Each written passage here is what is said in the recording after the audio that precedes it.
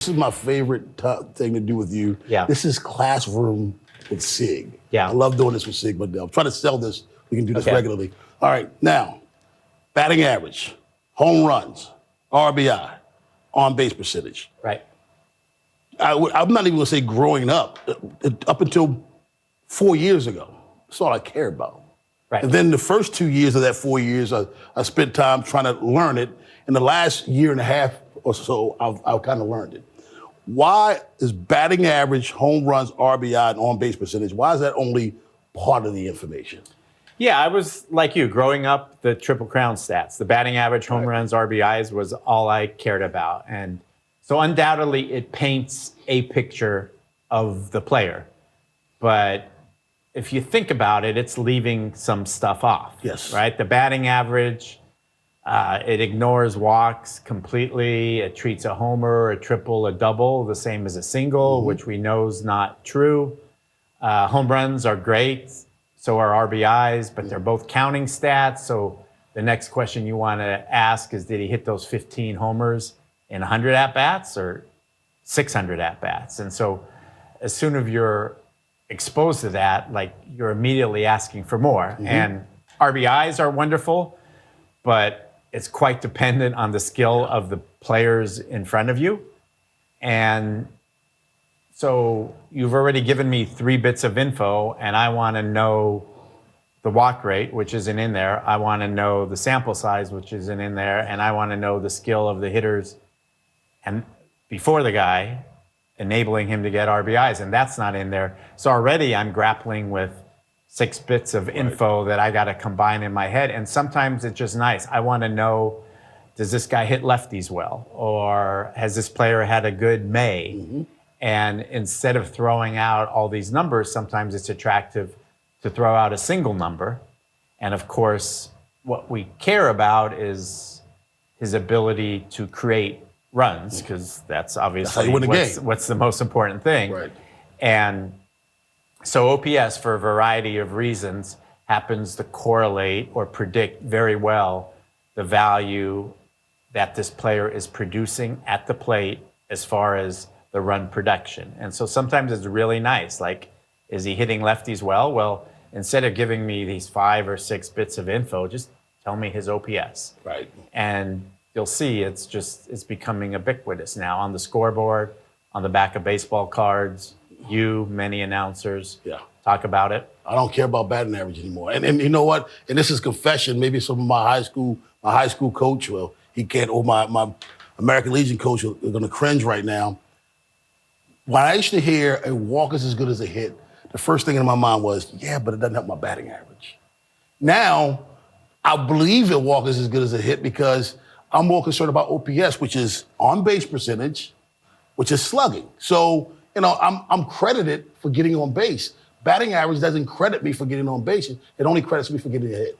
Yeah, so you were sensing that the batting average was neglecting the walk, and the walk is not to be neglected. I'd certainly rather have a homer, but it's certainly not of zero value. It helps my team. It helps the team. It helps your team score runs and, increase their chances of winning. So it definitely helps your team. And so of all the metrics to be attracted to, why are you looking at one that neglects this? Yeah. And so that's sort of the value in the OPS, that it weighs the homer more than a triple, which is now more than a double, and so on. But it also doesn't ignore the walk and the hit by pitch. We concentrate so much on hitting. Is there a stat or maybe multiple stats that are equivalent to pitching as the OPS is to hitting? Yeah, so you've probably seen it. It's maybe a little bit harder to find, but there's a statistic called xFIP, Yes. which is fielding independent pitching. And the X just means that it also considers the fly balls and the ground balls. So as a pitcher, you have a lot of control over whether you're going to walk the player or strike the player out. You have a lot less control of whether that batted ball falls between outfielders or happens to fall between the infielder and the outfielder and goes for a hit. So what that statistic tries to do is remove some of that luck and get at the underlying skill of that pitcher. One thing I noticed, and I'm sure all the fans watching this notice, is this team is fast. Yeah. You saw on Monday, Memorial Day Monday, Colton Cowser hit an obvious ground ball double play. Wasn't so obvious, he beat it out. Yeah. The next batter, Jordan Westbrook, hits a double.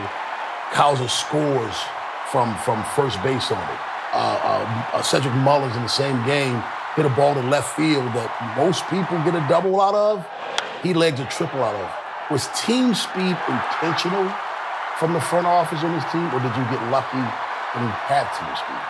No, I think team speed, for the reasons you described, is important. But so is hitting for average, hitting for power, making good swing decisions, taking your walks, playing good defense, having good range, being able to turn the double play, being able to bunt. So there's a whole lot of things that we're aware lead to runs, and we're attracted to them all. Right. I think it's not wise to be married to one of these things and sort of say, I'm going to build my team around the walks or power or going first to third or team speed. Instead, you're just looking for players that you could acquire via the draft or free agency or trade that will produce things that lead to runs. Right. And so team speed is wonderful because it helps you on both halves of the inning, both defensively and then on the bases. But we're not married to it. We're not trying to maximize team speed. We're trying to maximize runs. Now, you've been here for a while. You see this team change. I'm sure you can name multiple guys on the roster since 2019. What's different about this team, and what is it that you like about this team that's unique from the other teams? Yeah, I think from a fan standpoint, it's really fun to watch these guys. Mm-hmm. They're having a good time. Yes, they are. It doesn't take long to pick up on that. They're enjoying playing baseball. They're enjoying playing baseball with these particular teammates, and that makes it, I think, fun for the fan, but also fun for a front office person who's watching all those games. And so that's noticeable. Right. But the way the team plays, the success they're having, that also is noticeable and makes it a lot fun too. The team is a reflection of the people from the top all the way down. Always a pleasure. Sig Mejdal.